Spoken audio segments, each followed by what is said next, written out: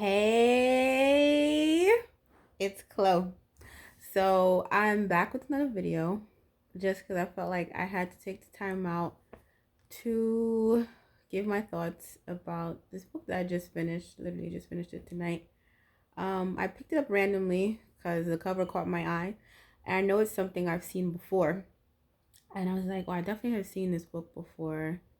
And when I looked at the title, I was like, okay, I want to read it. So it is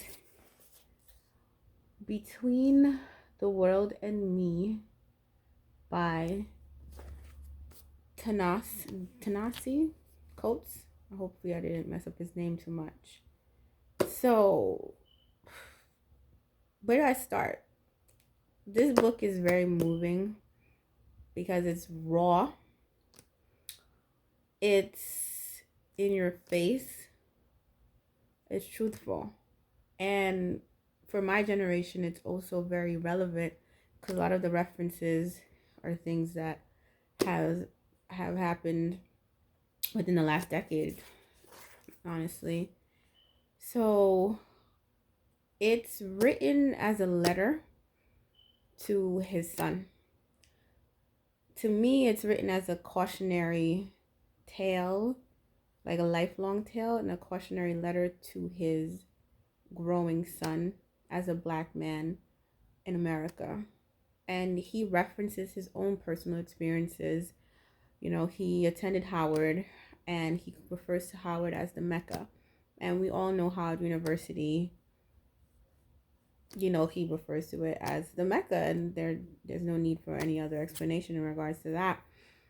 But the way he sets everything up and circles back and emphasizes certain things so you kind of really digest. He gives you time to digest, to process, and to understand why he emphasizes what he does.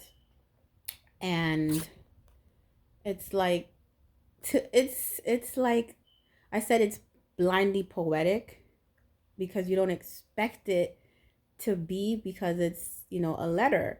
And it's a letter you can tell is coming from like a relatively young man who, he's from Baltimore, and in a portion of his story he's living in New York with his wife and his son, like in Flatbush. So a lot of things that I personally can relate to.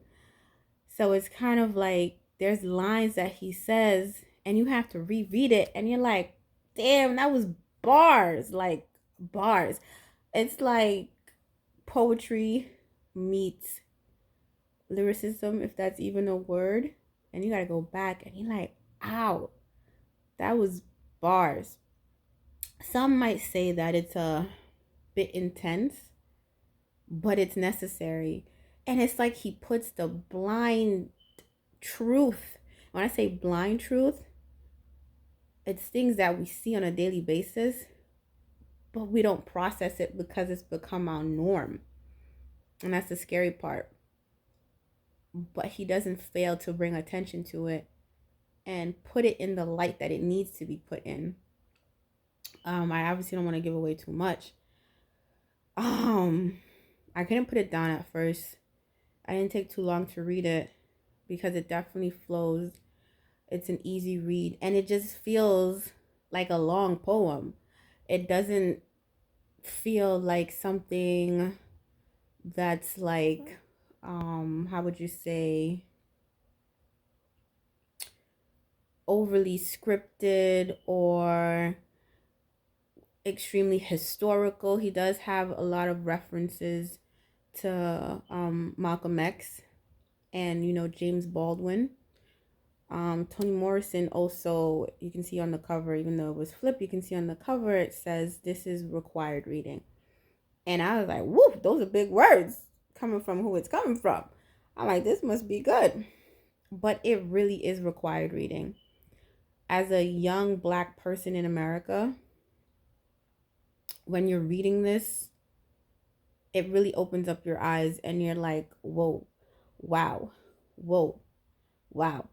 And, I know this story has been told time and time, not this story, but the story of the black struggle. But for me, I was really able to relate to this And I like how the format was, and the references and the emphasis. And also, things are said without being said, but then they're said. When you read it, you'll understand what I mean by that. Again, I don't want to give away too much. But I do agree that it's a required reading, and I really enjoyed it. After reading it, I don't even know. It leaves you room to obviously to form your own opinion. And I will always have hope for America and being a black woman in America. But it gives you, it's a lot of food for thought. Highly recommended. Between the World and Me, Ta-Nehisi Coates. I'm hoping I said that correctly. And I'm probably going to read another one of his books. And, you know, I wore this shirt. It says Too Tired to Code Switch. I bought this a while ago, but I felt it was appropriate being the topic. Yeah. Shirt says it in regards to my thought process. And he also touches base on that too. Kind of us being who we are without hesitation or caution. And he also references the black body throughout. That's a focal point, the black body. And it's not like, you know, the black body in a sense of female or objectifying. It's just symbolic in regards to ownership and the history of ownership of the black body in America. I'll leave it at that. And I hope you enjoy this book, because I really did. I don't want to say life-changing, because I don't want to amp it up too much, but it definitely has opened my eyes in different ways. And until next time. So, hope you enjoy and have a good night.